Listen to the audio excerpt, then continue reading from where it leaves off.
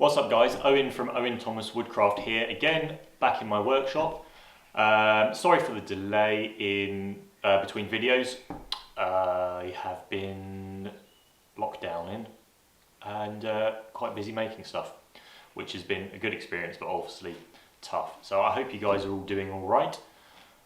So today I am going to do a little short video on how to carve with a spoon knife. So the last one I did was how to sharpen your spoon knife, and I thought what better way to follow up than how to actually use it.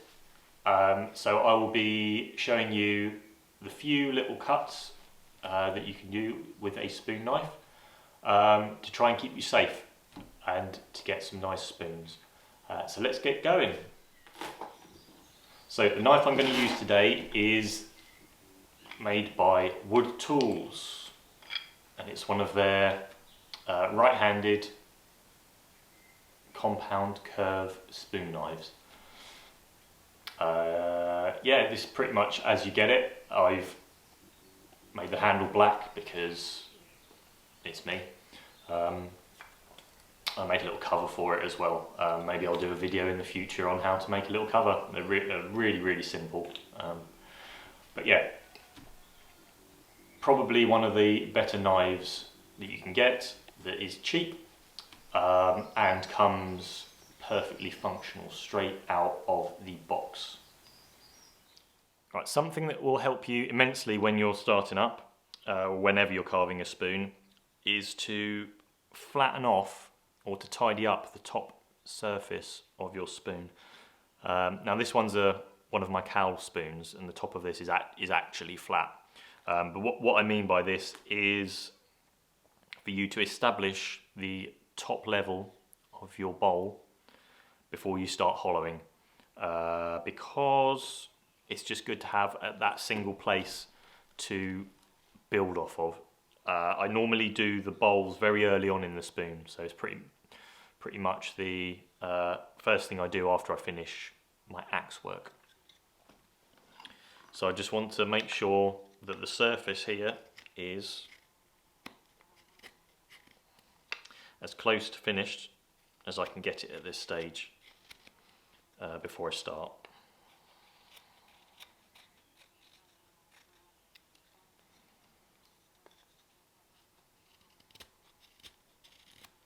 Okay, so it doesn't take much. It's just so that when you're shaping your bowl, you're not, your eye isn't put off by different heights of wood. So if it's as it's going to be in the finished spoon, then you're going to get a much more accurate bowl shape. Okay, so the first cut with the spoon knife is the most common one.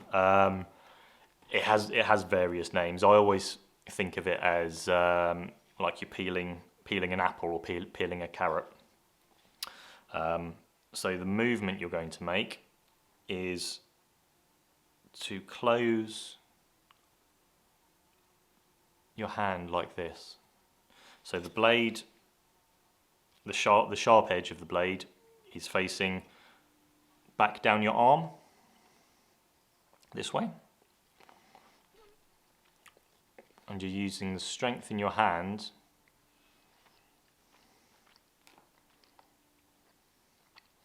to do a little sort of, can you see it does like a scoop? That's what we're going for.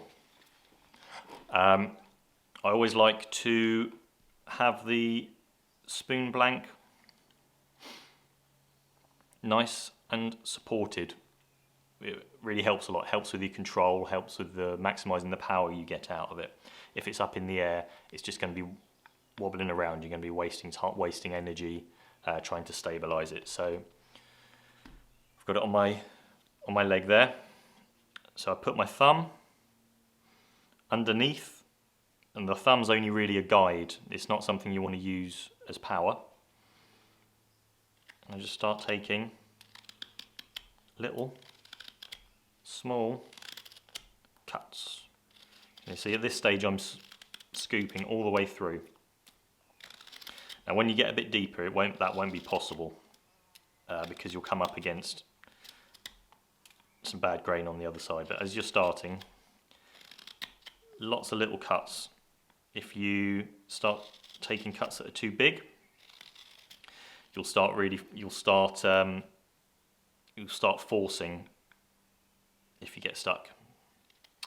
And that's when accidents happen. Because the more force you're putting into something, the less control you're going to have over it. Especially if it suddenly slips through, you could find yourself, or your thumb will find itself in trouble. So when you're towards the end of the cut, really the blade should be aiming into this gap in between your thumb and your forefinger. Like that, not straight at your thumb. Obviously, I say obviously, but sometimes people need reminding. Okay, so that's the simplest one, and that is probably the cut that you'll do most. It's easy. The grain cuts easiest. The wood cuts easiest across the grain. So that one is the best for removing material. If you're finding this cut to be difficult for any reason, whether you're worried about your thumb or you don't have the strength in your hand to make that cut, there's a few other options that you can use.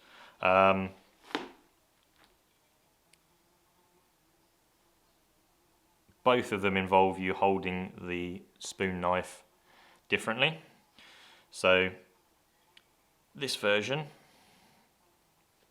the blade is still facing up my arm and the handle sits in your palm like this. Now, maybe you can see that, there you go. So this works best with spoon knives with a slightly longer handle. And what we're going to do is do this motion. So you still need to make sure that your spoon blank is nicely supported. And you also need to make sure that your elbow is supported, is set in a particular position as well. But as you can see,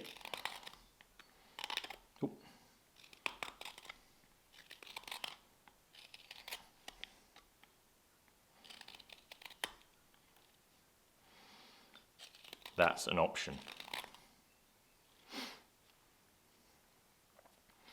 Third option is to have that flipped around the other way. So now the blade is facing away from me, away from my arm.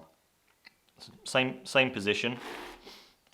You can also use your thumb as a guide.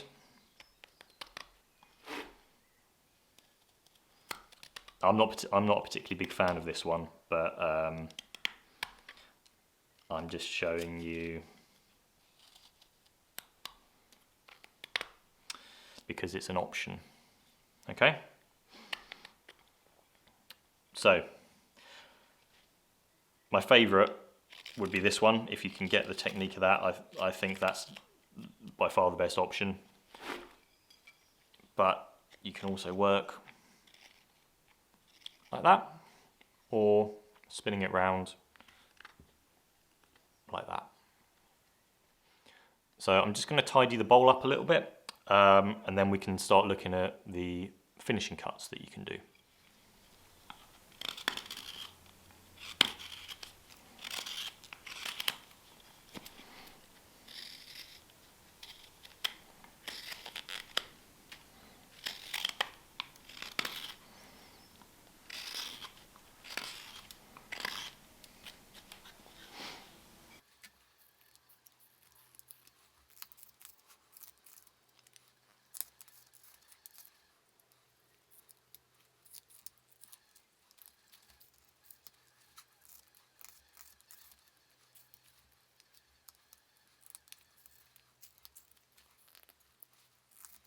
Okay, so before we do the finishing cuts, I'm just going to remind you about grain direction in the bowl of a spoon.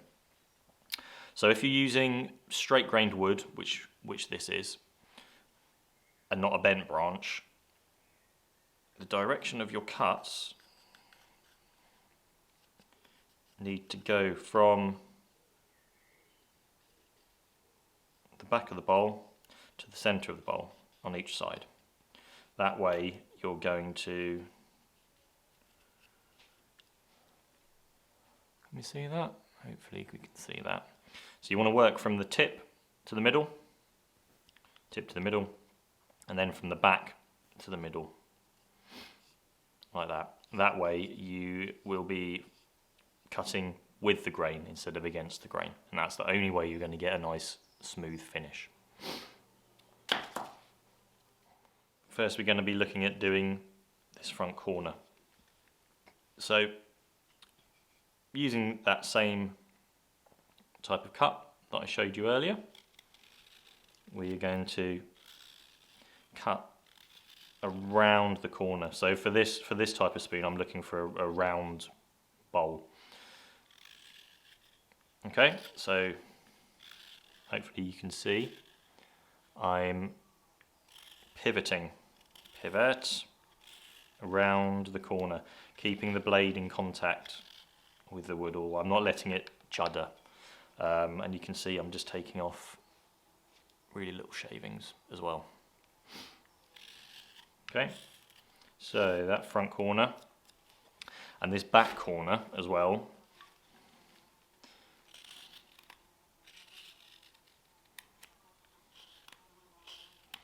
They are the easiest ones to do with the right-handed knife. Those two sides. The fun comes when we're onto these ones. It's not massively difficult. You just have to hold the spoon slightly different. So for this front corner, I'm going to put it in the palm of this hand instead of resting it on my leg. But then I'm resting my hand on my leg, so everything's nice and supported. And cutting around there.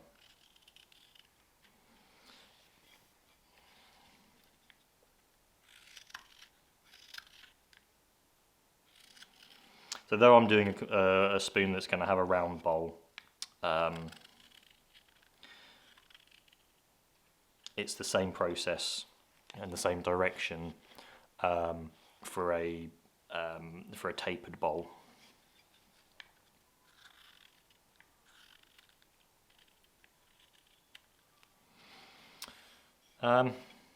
Okay, so that's gone all right.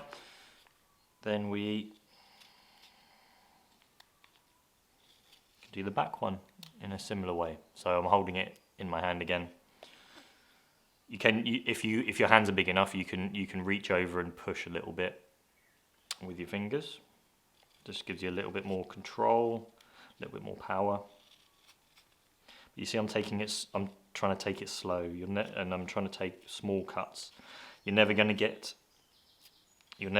achieve a smooth bowl by taking massive cuts off, and you're never going to achieve a smooth bowl by the knife juddering.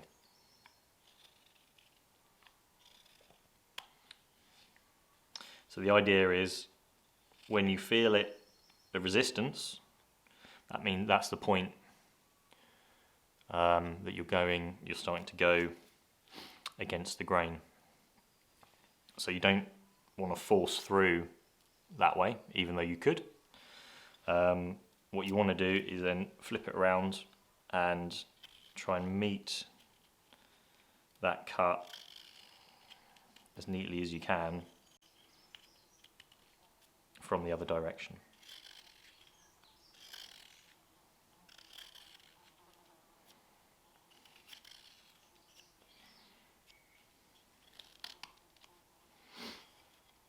If you get really stuck in the middle with little fluffy bits, you can do a very gentle cut